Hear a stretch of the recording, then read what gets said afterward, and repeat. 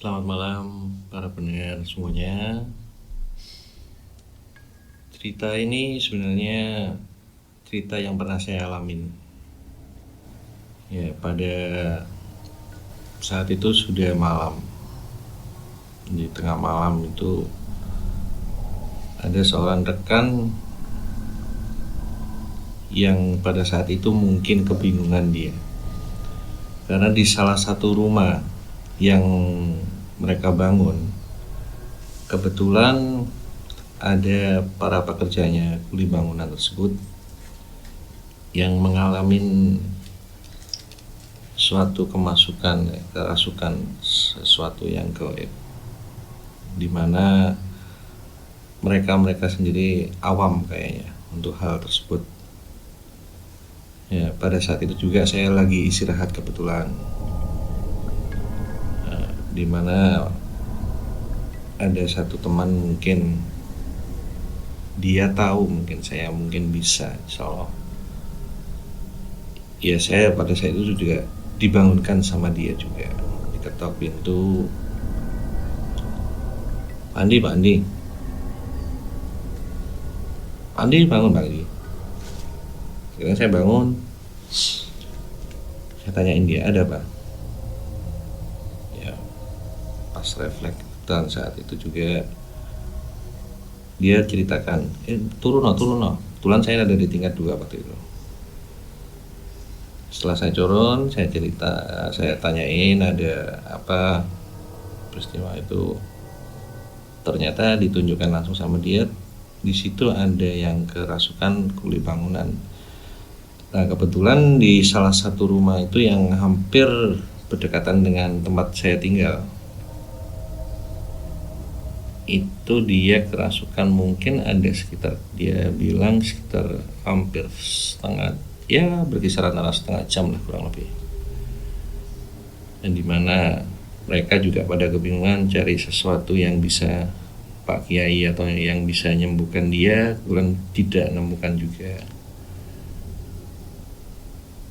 Nah, saya lihat pada saat itu memang agak sedikit parah sih posisinya orang tersebut. Kebetulan ada 2, yang satu memang sudah kerasukan, sudah agak parah. Dimana dia itu sudah kerasukan kayak semacam, kalau saya lihat itu kayak kata, dimana dia itu melompat dari satu tempat yang dia tinggal ke tempat lain itu secara, ya kalau kita nalar sih nggak masuk akal ya. Agak siap kisaran antara 1 meteran. Yang saya herankan lagi pada saat saya lihat dengan mata saya sendiri, dengan ada beberapa ya mungkin teman-teman juga yang lihat langsung peristiwa itu juga. Itu dia lompat dari dinding pintu masuk ke pintu lain itu sangat, ya kalau dilihat secara memang jauh sekali sih, nggak masuk akal sekali. Dan itu juga real saya lihat. Dan saya herannya pas pada saat dia mau minum di kamar mandi, begitu masuk kamar mandi pintu itu secara tak terduga dia tuh lompat dari badukannya apa, tempat baknya airnya itu. Dan saya lihat dia minumnya itu bukan sama tangan, atau mungkin ya secara manusia mungkin hanya tangan sama apa aja ya, tapi ternyata dia itu menjulurkan lidah. Yang saya heran itu peristiwa itu memang waktu itu bertepatan kalau nggak salah antara jam 12:30, kurang 1:30 lebih lah, kurang lebih malam hari. Dan dimana tempat yang dia kerasukan tersebut sebenarnya sebelumnya itu kayak orang-orang tersebut itu menyimpan benda-benda pusaka, setahu saya, karena saya sudah lama tinggal di sana juga. Itu mungkin di daerah Surabaya juga, Surabaya, masuk Surabaya Barat ya insya Allah. Nah, di mana benda-benda pusaka itu yang dia simpan itu mungkin di Jawa, mungkin ada di daerah situ, mungkin tinggal di situ juga. Nah, orang yang kerasukan tersebut itu memang sangat-sangat aneh memang. Kalau saya lihat itu dia bisa ngelompat dan nempel di dinding itu secara langsung. Bahkan pernah di video sama salah satu kuli juga, itu dia sempat ngambil shootnya itu berapa menit, berapa detik kalau nggak salah, itu dia kasih tahu. Ternyata waktu dilihat itu memang tidak ada nampak sama sekali, hanya buram gitu aja. Ya, secara kasat mata memang semua mungkin tidak akan percaya sih,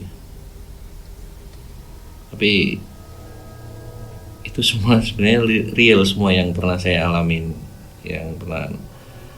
Setelah lama saya lihat memang orang tersebut, kulit tersebut memang agak kesakitan. Terus saya tanyain, sempat berkomunikasi sama dia. Ternyata dia memang sebenarnya hanya numpang lewat di area rumah situ. Cuma memang kebetulan orang itu mungkin lagi lapar atau mungkin ya lagi memikirkan sesuatu yang memang untuk kayak makhluk-makhluk kayak gitu untuk masuk ke tubuhnya seseorang itu mungkin dengan mudah gitu aja. Nah, pada saat dia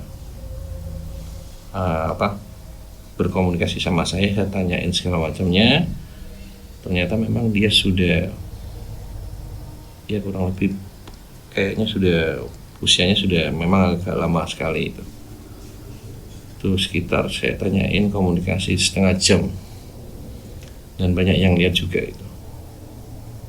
Setelah saya kasihan mungkin karena dia kesakitan juga dari tubuhnya orang tersebut, akhirnya saya tanyain permintaan terakhir yang dia minta itu agak sedikit nyeleneh juga, tapi ya nggak saya penuhin, karena kalau saya penuhin juga mungkin saya juga salah juga, karena juga menjatuhkan sama Allah. Ini saya lawan, saya sembuhkan dia. Terus pada saat dia mengeram kesakitan, rasa panas segala macamnya, dia sempat lompat dan dipegangin kalau nggak salah sekitar 4 kalau nggak 5 orang, kalau nggak salah itu. Dan orang yang megangin itu terpental semua. Terus akhirnya dengan cara mungkin dipegangin tertidur telungkup di atas daun pisang. Mungkin yang lebih tahu tentang cerita-cerita gini mungkin lebih paham kayaknya.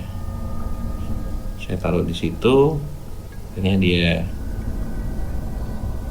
agak sedikit enak, nyaman mungkin perasaan.